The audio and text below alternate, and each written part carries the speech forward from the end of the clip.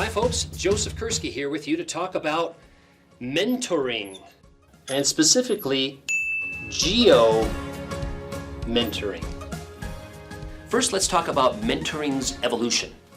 Having focused on the education side of geography and geospatial technology for much of my career, I wish to focus this discussion on mentoring in formal and informal settings: schools, after-school clubs, libraries, museums, community and technical colleges, university, and other learning venues.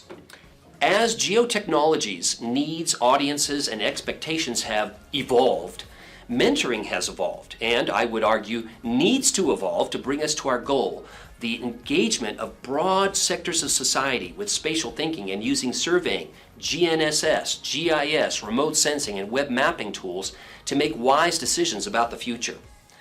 I lived through the days when the source of help in geotechnology was mainly four things: calling someone, having a face-to-face meeting with someone, attending a conference, or physically walking to an office where the software technical manuals were stored, looking up what you needed, writing notes, and returning to your workstation. Today, we still have conferences and face-to-face interaction, but we also have a plethora of MOOCs, massive open online courses, and other courses, live and recorded webinars, lessons, professional development pathways, videos, graphics-laden help files accessible from any device at any time and anywhere, online forums such as LinkedIn, Esri GeoNet, listservs, and other resources at our fingertips, with an expanded set of global experts that we can rely on. Have these additional resources led to a decrease in the need for mentors? Perhaps. In the same way as I don't need to call my local home repair person as often as I did before I had thousands of sync repair videos were available to me on YouTube, I don't need to call someone to find out how to georeference a scanned historical map. Many people in the geospatial technology field have been self-taught, even when they secure a job in an organization.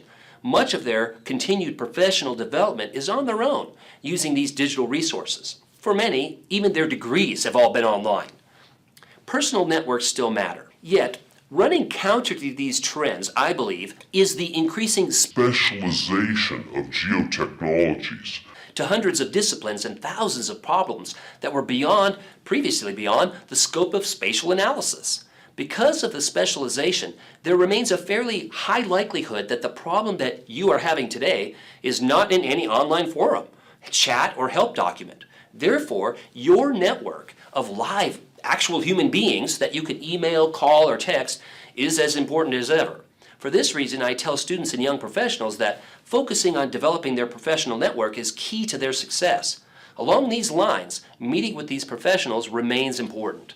Contrary to articles in the 1990s that forecast the demise of face-to-face meetings and conferences, professional development through events is very popular, ranging from international events to the rise of local meetup, the local meetup movement. The conversations that I have had at such events as the Esri User Conference, State GIS Conferences, the American Association of Geographers, the International Cartographic Association, and conferences in many countries around the world have led to projects with colleagues that would not have occurred without those face-to-face meetings, resulting in geospatial curriculum, research articles, and even entire books.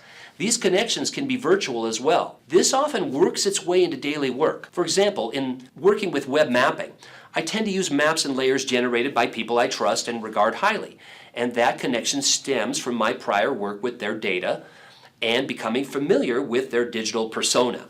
Despite the changes in geotechnology over the years, one thing has remained constant: the high value placed on sharing expertise, data, models, and connections with each other. I have not encountered another community as truly generous as the geospatial community. Truly, this has resulted in a high degree of sharing at all levels, and at least a willingness of serving as a mentor to others.